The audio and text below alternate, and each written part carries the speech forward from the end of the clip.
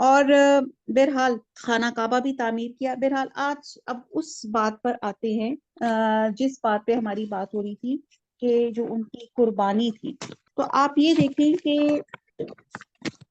اللہ سبحانہ تعالیٰ نے، آپ دیکھیں کل ہم یہی بات کر رہے تھے، ایک تو اتنے عمر کے بعد اللہ سبحانہ تعالیٰ نے بیٹا عطا فرمایا، اور بیٹا عطا فرمایا تو اللہ تعالیٰ کا پہلا حکم آیا کہ ان کو فلاں جگہ پہ چھوڑاؤ. اور جو ہم نے کل ڈسکس کیا تھا، حضرت جبرائیل علیہ السلام وہ فرشتے کے ذریعے آپ اس جگہ پہ پہنچے جو آج کل اس کو مکہ کہلاتے ہیں، اور مکہ کو ایک عورت نے آباد کیا. اور پھر اس کے بعد کچھ سالوں کے بعد پھر انہوں نے ایک خواب دیکھا، اور خواب میں دیکھا کہ وہ اپنی عزیز ترین چیز اپنے بیٹے کو اللہ کی راہ میں قربان کر رہے ہیں. اور آپ کو پتہ ہے کہ جو نبیوں کے خواب ہوتے ہیں وہ وہی ہوتے ہیں.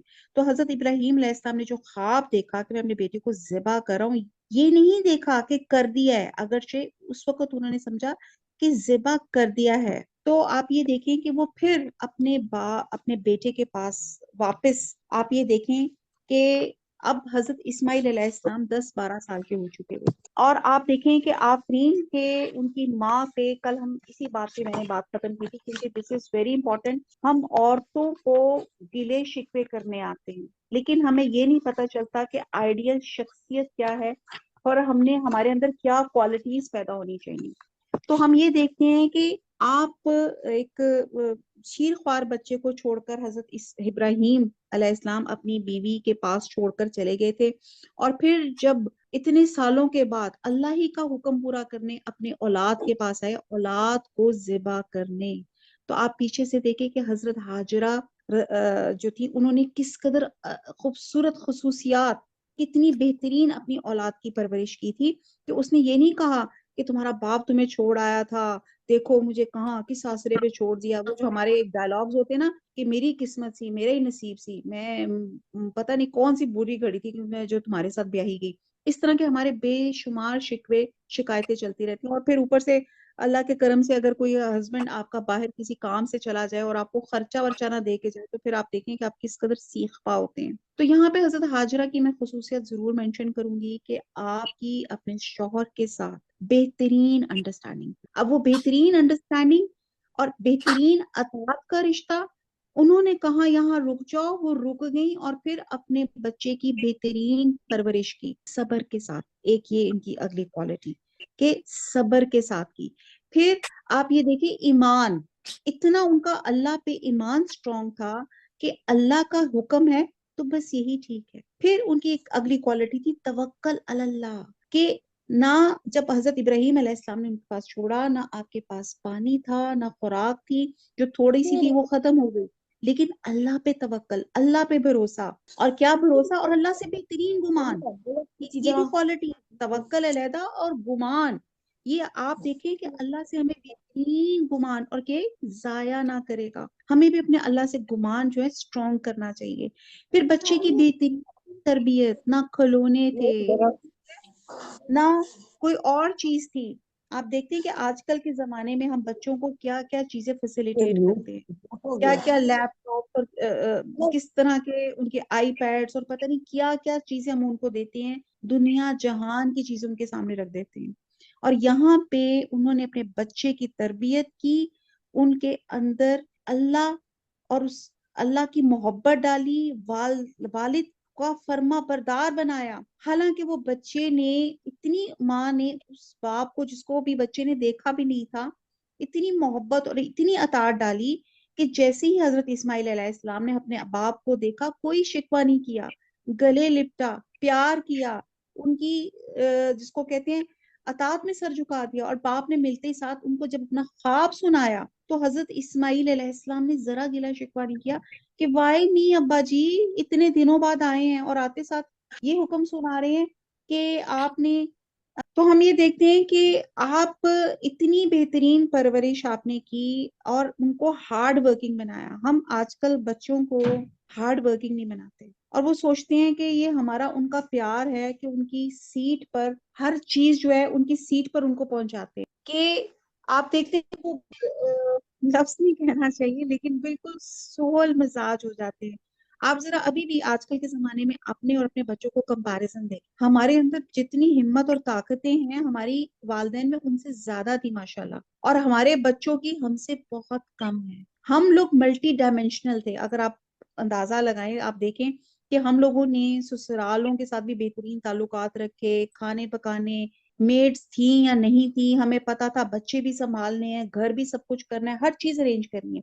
آج کل کے بچے اگر بچے سنبھال رہے ہیں نا اپنے، تو ان کو لگتا ہے کہ دنیا میں سے بڑھ کر اور کوئی کام نہیں ہے، تو وہ سب چیزیں چھوڑ جی ہم تو بچہ سنبھال رہے ہیں۔ تو آپ یہ دیکھیں کہ حضرت ہاجرہ کی ماشاءاللہ آپ خصوصیات دیکھیں کہ ان کے پاس کوئی فیسلٹی نہیں تھی، لیکن بچے کی بہترین ہارڈ ورکنگ بنایا، بچوں سے کام کروائے، بچوں کو کام کروانے کی عادت ڈالیں، یہ تربیت ہے ان کے اندر، کام گھٹی میں پڑاؤ۔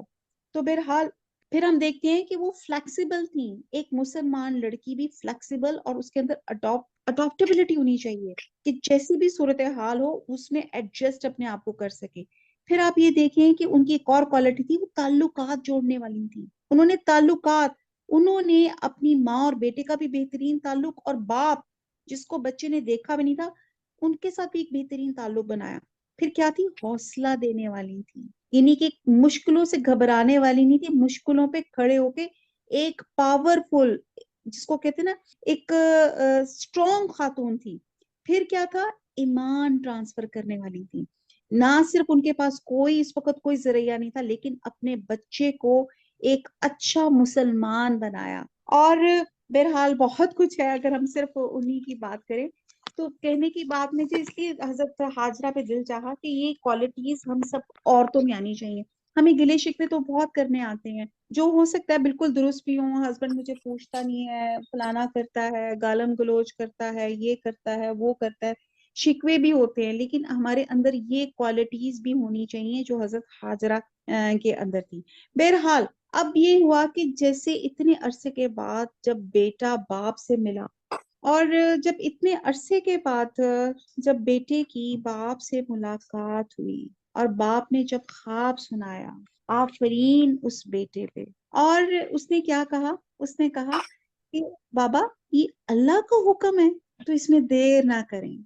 لیکن صرف اس پہ انہوں نے یہ نہیں کہا، جب باپ نے کہا نا کہ تیری ذبح کا وقت آیا ہے، تو انہوں نے، بچے نے یہ نہیں کہا ابا میرا کیا قصور تھا، وائی می، ایک تو اتنے عرصے بعد ملے، میرے لیے کچھ ٹوائز لاتے یا میرے لیے کچھ لاتے، اور لے کر بھی آئے تو میرا ذبح کا پیغام لے کر آئے۔ انہوں نے کہا دیر کیوں کر رہے ہیں، یہ گھاٹے کا سودا نہیں ہے۔ سبحان اللہ، کہتی ہیں جنت ملے گی۔ صرف حضرت اسماعیل علیہ السلام کو اپنی ماں کا خیال تھا کہ ماں کو دکھ ہوگا، کہتے ہیں کہ میرا کرتا ماں کو دے دینا اور مجھے اور اپنے کرتے میں مجھے دفن کر دیجیے گا، میری ماں ذبح شدہ لاش نہ دیکھ سکے گی۔ ان کو صرف یہ خیال تھا۔ پھر اتنے پیار سے حضرت اسماعیل علیہ السلام نے کہا کہ میرے ہاتھ پاؤں باندھ دیجیے گا اور الٹا لٹا دیجیے گا، اور رب کے امر میں دیر نہ کیجیے گا، اور میرے ہاتھ پاؤں اس لیے باندھے گا تاکہ میں تکلیف سے یا کسی وجہ سے میں ہاتھ پاؤں مارتے ہوئے آپ کی، اپنے والد کی بے ادبی نہ کر دوں۔ سبحان اللہ۔ اب آپ یہ دیکھیں حضرت اسماعیل علیہ السلام کا امیجنیشن میں لے کے آئے، وہ سین لے کر آئے کہ اپنے اکلوتا پیارا بیٹا، آپ نے ان کو الٹا لٹایا ہوا، ایک ہاتھ میں چھری، دوسرے ہاتھ میں سر کے بال، اور گھٹنا حضرت اسماعیل علیہ السلام کی کمر پہ رکھا، اور نگاہ آسمان کی طرف، آنکھوں میں پٹی باندھ لی، چھری چلائی نہیں چلی، دوسری دفعہ چلائی نہیں چلی، تیسری دفعہ چلائی نہیں چلی۔ چھری، حالانکہ یہ نہیں تھا کہ چھری تیز نہیں تھی، کیونکہ چھری کو اللہ کا حکم نہیں تھا۔ چوتھی بار گئے، پتھر پہ چھری کو تیز کر کر آئے، کہ انہیں لگا کہ شاید چھری تیز نہیں ہے، لیکن وہی بات ہے نا کہ اللہ کے آگے تمام آپ کے فزیکل، کیمیکل، سب پراپرٹیز جب اللہ کا حکم ہوتا ہے، جیسے حضرت ابراہیم علیہ السلام کو آگ میں پھینکا تو آگ کی کوالٹی بھسم کرنا تھا، وہ حضرت ابراہیم علیہ السلام کا بال بھی بیکا نہ کر سکے۔ اب یہاں پہ اس چھری کو حکم ہی نہیں تھا کہ وہ حضرت اسماعیل علیہ السلام کی نازک گردن پہ چلے۔ بہرحال کہتی ہیں کہ 2 دفعہ آسمان سے فرشتوں کی چیخیں نکلیں۔ ایک دفعہ جب حضور صلی اللہ علیہ وسلم وادی طائف میں گئے تھے اللہ کا پیغام لے کے، تو وہاں کے سرداروں نے آپ کے پیچھے اوباش لڑکے لگا دیے تھے، جنہوں نے آپ کو پتھر مارے تھے، جس سے آپ لہو لہان ہو گئے تھے۔ اف، جس پہ آسمان پہ فرشتوں کی چیخیں نکل گئی تھی، پہاڑوں کا فرشتہ اتر کے آ گیا تھا۔ اللہ کے رسول صلی اللہ علیہ وسلم کو کہا تھا حکم دیں میں اس وادی کو ان دو پہاڑوں کے درمیان میں پیس کے رکھ دوں، لیکن آپ صلی اللہ علیہ وسلم نے فرمایا تھا کہ مجھے امید ہے کہ یہاں سے ہدایت والی ایمان والے لوگ نکلیں گے۔ یہ اللہ سے اچھا گمان تھا۔ اور دوسری دفعہ جب حضرت اسماعیل علیہ السلام کے قربانی کے وقت، جب حضرت ابراہیم علیہ السلام چھری چلا رہے تھے حضرت اسماعیل علیہ السلام پہ، تو پھر فرشتوں کی چیخیں نکل گئی تھیں، چھری تیز گوشت نرم۔ یہ تو اللہ کا امر ہے نا، حکم ہے۔ حضرت یونس علیہ السلام کو مچھلی کے پیٹ میں موت نہ آئی، اللہ کا حکم نہیں تھا، آگ سرد ہو گئی حضرت ابراہیم علیہ السلام کے لیے۔ اسی لیے کہا جاتا ہے نا کہ جانور کے سامنے چھری تیز نہ کیا کریں، کیونکہ جانور کو تکلیف پہنچے گی۔ اب یہ جانور کی بات کی جا رہی ہے، ہمارا مذہب یہ ہے کہ قربانی کے احکام میں ہے کہ جانور کے سامنے اپنی چھری تیز نہ کریں۔ اب کیا کر رہے تھے حضرت ابراہیم علیہ السلام؟ اپنے بیٹے کے سامنے چھری تیز کر رہے تھے۔ اب آنکھوں میں پٹی باندھ کر پھر جب انہوں نے چلائی تو جب پٹی اتاری تو دیکھا سامنے چھترا تھا، اور آگے اسماعیل علیہ السلام اور حضرت جبرائیل علیہ السلام مسکرا رہے تھے۔ اور آپ یقین جانیں اس وقت فکر کیا ہوئی حضرت ابراہیم علیہ السلام کو؟ فکر ہوئی میرا اللہ ناراض تو نہیں ہوا، میرے اللہ کو میری قربانی پسند نہیں آئی۔ مطلب وہ اس فکر میں پڑ گئے کہ یہ جو چھترا قربان ہوا ہے، یہ میرا عمل جو تھا قابل قبول نہیں تھا۔ کس قدر ان کو اتنا بڑا عمل کر رہے ہیں اور دعا کر رہے ربنا تقبل منا، اللہ اس کو میرے سے قبول فرما لے۔ اور آپ یہ دیکھیں کیونکہ اللہ کا حکم تھا، تو یہاں پر جو تھا اللہ سبحانہ تعالیٰ نے اپنے پیغمبر کی، اپنے حضرت اسماعیل علیہ السلام کی یہاں پہ اللہ تعالیٰ نے حفاظت فرمائی۔ اور یہاں امتحان تھا آزمائش کا۔ اس امتحان میں حضرت ابراہیم علیہ السلام، حضرت اسماعیل علیہ السلام اور حضرت ہاجرہ کامیاب ہوئے۔ سب نے بہترین تربیت، اللہ کی رضا پہ راضی۔ آج ہمارے ساتھ ذرا انفیوریبل کنڈیشنز ہو جاتی ہیں، ہم کتنے گلے شکوے کرنا شروع کر دیتے ہیں۔ تو یہاں پہ فیوریبل کنڈیشن میں تو سب اللہ کا شکر ادا کرتے ہیں۔ بات تو تب ہے کہ جب انفیوریبل کنڈیشنز ہو، ایسی کنڈیشنز جو جس میں آپ کے لیے جینا دو بھر ہو، اس میں بھی آپ اللہ کا شکر ادا کریں۔ شکر کا بہترین اگزامپل حضرت ایوب علیہ السلام کی زندگی سے بھی ملتی ہے۔ 18 سال بہت بڑے بادشاہ تھے، جب اللہ تعالیٰ نے آپ کو آزمائش میں ڈالا، بادشاہت چلی گئی، آپ کا بیمار ہو گئے، سب کچھ ختم ہو گیا اور اتنے بیمار ہو گئے، تب بھی آپ اللہ کا شکر ادا کرتے رہے۔ اللہ میں تیرا شکر نہ ادا کروں؟ پہلے میرے پاس حکومت تھی، مال تھا، اولاد تھی، ان چیزوں میں رکھ کر شاید ایسی یکسوئی سے عبادت نہیں کر سکتا جس طرح اب میں عبادت کر سکتا ہوں۔ اللہ تیرا شکر ہے۔ اور اللہ تعالیٰ نے، انہوں نے جو دعا مانگی وہ بھی دعا کو 18 سال بعد پوری ہوئی، ان کی اللہ تعالیٰ نے بادشاہت لوٹائی، آپ کی صحت لوٹائی۔ تو اسی لیے جب ہم دعا مانگیں تو یہ نہ سوچیں کہ جیسے انسٹنٹ کافی بنا رہے ہیں کہ یہ بنائی اور یہ آپ کے ساتھ کافی تیار موجود۔ یہ دعا آپ مانگ رہے ہیں، قبولیت کا لمحہ اللہ کو پتا ہے کہ وہ کون سا لمحہ ہے۔ اور آپ یہ دیکھیں کہ اونھے منہ لٹایا تاکہ ذبح کرتے وقت بیٹے کا چہرہ دیکھ کے محبت سے ہاتھ میں لرزش پیدا نہ ہو جائے۔ پٹی بھی اسی لیے باندھی، اس لیے وہ چاہتے تھے کہ نیچے سے ہاتھ ڈال کر چھری چلائیں۔ باپ بیٹے کی اطاعت اور فرما برداری دیکھ کر مالک حقیقی کی رحمت نے جوش مارا۔ فرمایا تم نے خواب سچا کر دکھایا۔ خواب میں یہ نہیں دکھایا گیا تھا کہ بیٹے کو ذبح کر دیا، بلکہ یہ دکھایا گیا کہ ذبح کر رہے ہو۔ بیٹے کی جان لینا مقصود نہ تھا، مقصود امتحان تھا، اور تم امتحان میں کامیاب ہو گئے۔ اور پھر اللہ سبحانہ تعالیٰ نے آیت نمبر 107 میں تھا کہ ہم نے فدیہ دیا اس کا، ہم نے ایک بڑی قربانی کو ان کا فدیہ دیا، کہ ہم نے ایک بڑی قربانی کو اس کا فدیہ دیا، یعنی کہ ہم نے ایک بڑی قربانی فدیے میں دے کے اس بچے کو چھڑا لیا۔ اور بڑی قربانی سے مراد ایک مینڈھا تھا جو اس وقت اللہ کے فرشتے نے حضرت ابراہیم علیہ السلام کے سامنے پیش کر دیا تاکہ بیٹے کے بدلے اس کو ذبح کرے۔ اور اس کو بڑی قربانی اس لیے قرار دیا کہ اللہ تعالیٰ نے قیامت تک کے لیے یہ سنت جاری کر دی کہ اسی تاریخ کو دنیا بھر میں تمام اہل ایمان جانور قربان کریں گے اور وفاداری اور جانثاری کی اس عظیم الشان واقعے کی یاد تازہ کرتے رہیں گے۔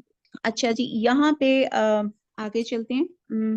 اچھا جی، اب یہاں پہ نا تھوڑا سا مسکنسیپشنز آ جاتی ہیں، میں چاہ نہیں رہی کہ آپ لوگ کنفیوز ہوں، کہ کچھ مسکنسیپشنز یہ آ جاتی ہیں کہ وہ کچھ لوگ کہتے ہیں کہ حضرت ابراہیم علیہ السلام کے اس بیٹے کا ذکر آیا جو فی الواقع ذبیح اللہ تھا، اور اس کے بعد حضرت اسحاق کا ذکر اس صورت کے آیت نمبر 112 میں آئے گا، ابھی ہم انشاءاللہ بھی پڑھیں گے ابھی۔ تو یہاں پہ حضرت اسماعیل علیہ السلام کو بشارت دی گئی تھی، ان کے ساتھ ایک حلیم، ان کی ایک صفت بیان کی گئی تھی، اور اسی کا تعلق قربانی کے ساتھ تھا۔ اور حضرت اسحاق علیہ السلام کی جو بشارت دی گئی تھی تو ان کے ساتھ صفت علیم کا ذکر کیا گیا تھا، اور اس صفت کا قربانی سے کچھ تعلق نہیں ہے۔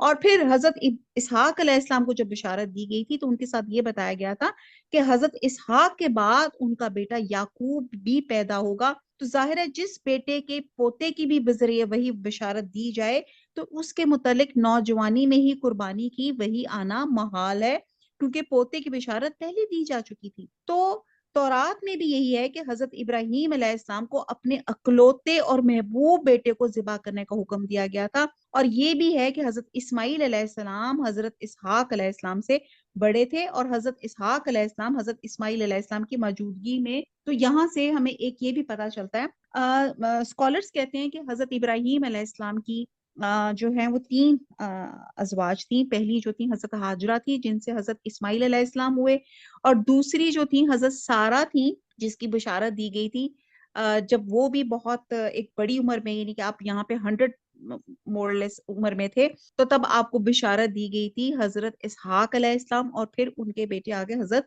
یعقوب علیہ السلام کی۔ اور تیسری جو ان کی بیٹی تھی وہ بیوی تھی، وہ بنی قطورہ تھیں، اور وہ مدین کی طرف۔ بہرحال آگے چلتے ہیں، تو یہاں پہ بات کی جا رہی ہے کہ جو ذبیح اللہ کا جو ٹائٹل ہے وہ حضرت اسماعیل علیہ السلام تھے، اور حضرت اسماعیل علیہ السلام سے اگلی جو نسل نکلی جس میں آخری پیغمبر حضور صلی اللہ علیہ وآلہ وسلم ہے۔ اچھا جی، آیت نمبر 103، جب دونوں نے حکم مان لیا اور باپ نے بیٹے کو ماتھے کے بل لٹا دیا تو ہم نے ان کو پکارا کہ اے ابراہیم۔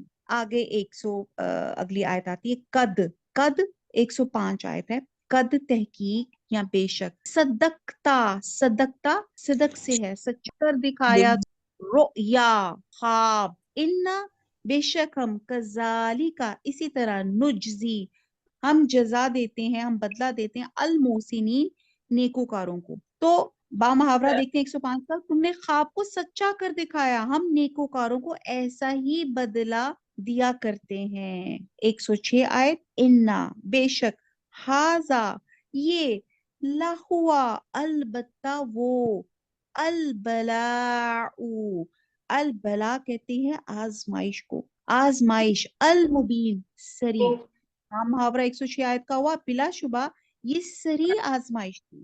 دیکھیں کتنی کڑی آزمائش تھی یہ۔ آگے چلتے ہیں 107، وَفَدَيْنَاهُ اور فدیہ دیا ہم نے اس کا، بِذَبْحٍ عظیم، بِذَبْحٍ ایک قربانی بڑی، تو با محاورہ ہوا ہم نے ایک بڑی قربانی کو کیا دیا، وہ جو اللہ تعالیٰ نے مینڈا پیش دیا۔ آیت نمبر 108، وَتَرَكْنَا اور ترکنا اور ہم نے چھوڑ دیا، علیہ اس پر، فی الآخرین پیچھے آنے والوں میں، اور پیچھے آنے والوں میں حضرت ابراہیم علیہ السلام کا ذکر خیر باقی چھوڑ دیا، سلام علی ابراہیم، اور ابراہیم علیہ السلام پر سلام ہو۔ اب آپ یہ دیکھتے ہیں کہ اللہ سبحانہ تعالیٰ نے ان کا ذکر خیر ابھی بھی، ہم ہر نماز میں حضور صلی اللہ علیہ وسلم کے ساتھ ساتھ حضرت ابراہیم علیہ السلام پہ بھی آپ دیکھیں کہ ان کا بھی اللہ تعالیٰ ان کو بھی یاد کرتے ہیں، ان کو بھی سلام کرتے ہیں، اور ان کا ذکر خیر جو ہے وہ بلند کر دیا ہے۔ اور پھر ہم دیکھتے ہیں آیت نمبر 110، کذالک اسی طرح، نجزی ہم بدلہ دیتے ہیں، المحسنین نیکوکاروں کو، کہ ہم نیکوکاروں کو ایسا ہی بدلہ دیا کرتے ہیں۔ محسنین، محسنین کا ترجمہ اردو میں ایک دو الفاظ میں کرنا بڑا مشکل ہے، بہرحال اس کا ترجمہ نیکی کرنے والے یا نیکوکار کو کہا جاتا ہے۔ اور احسان کا مطلب ہوتا ہے یہ کہ دراصل کسی کام کو بہتر سے بہترین طریقے سے سر انجام دینا.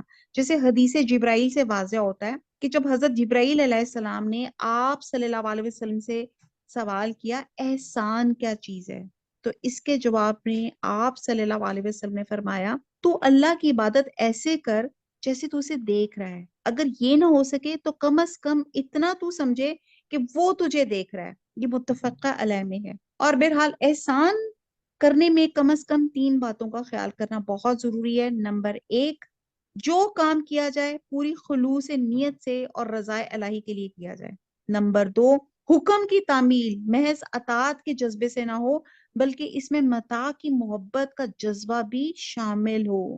نمبر 3، کام کے آداب و ارکان کو اس طریقے سے سر انجام دیا جائے جو بہتر سے بہتر ہو سکتا ہے. چونکہ حضرت ابراہیم علیہ السلام نے ہر کام احسان کے ساتھ کیا، لہٰذا اللہ تعالیٰ نے دنیا میں انہیں 2 طرح کے بدلہ دیے، جو ہمیں ابھی پڑھا نا، یہ کہ رہتی دنیا تک ان پر سلامتی کی دعائیں کی جائیں گی، جیسے کہ ہم ہر نماز میں حضور صلی اللہ علیہ وسلم کے ساتھ ساتھ حضرت ابراہیم علیہ السلام ان کی آل پر بھی درود و سلام کی دعا کرتے ہیں. اور دوسرا یہ کہ اکثر مذاہب والے یعنی کہ مسلمانوں کے علاوہ دوسرے مذہب والے بھی حضرت ابراہیم کو اپنا روحانی پیشوا تسلیم کرتے ہیں اور ان کے ساتھ اپنی نسبت جوڑنے میں بڑی فخر محسوس کرتے ہیں، ان کا ذکر بہت اچھے الفاظ میں کرتے ہیں. تو یہ ہو گیا محسنین، کہ ہم اس طرح محسنین کا بدلہ دیتے ہیں. آیت نمبر 111، انہو بے شک وہ من عبادینا ہمارے بندوں میں سے، المؤمنین مومن، با محاورہ ہوا کہ بے شک وہ ہمارے مومن بندوں میں سے تھے. تو یہ کتنی خوبصورت، قرآن نے ان کو کتنا پیارا ٹائٹل دے دیا کہ وہ اللہ کے نیک بندوں میں سے تھے. آیت نمبر 112، وَبَشَّرْنَاهُ، واہ میں نے اور بشر بشارت دی، نہ ہم نے اس کو، ہم نے خوشخبری دی اس کو، کس کو، بی اسحاق، اسحاق کی، نبیًا نبی، من الصالحین، نیکوکاروں میں سے. تو ہم نے ان کو اسحاق کی بھی بشارت دی، وہ نبی اور نیکوکاروں میں سے ہوں گے. اب آپ یہ دیکھیں کہ یہاں پہ پہلے حضرت اسماعیل علیہ السلام کی بات کی جا رہی تھی، اب یہاں پہ حضرت ابراہیم علیہ السلام کو ان کے دوسرے بیٹے کی خوشخبری دی جا رہی ہے کہ ہم نے اسحاق کی بشارت دی کہ وہ نبی ہیں اور نیکوکاروں میں سے ہیں. تو اور اسے پتہ چلتا ہے کہ پہلی خوشخبری کا تعلق حضرت اسماعیل سے ہے اور قصہ ذبح بھی انہی کا ہے، اور دوسری بات حضرت ابراہیم علیہ السلام کو حضرت اسحاق علیہ السلام اور پھر ان کے ساتھ ساتھ پیچھے حضرت یعقوب علیہ السلام کی خوشخبری دی گئی. ٹھیک ہے جی. وما علینا الا البلاغ، سبحانک اللہم و بحمدک، نشہد لا الہ الا انت، نستغفرک و نتوب الیک. والسلام علیکم و رحمۃ اللہ وبرکاتہ.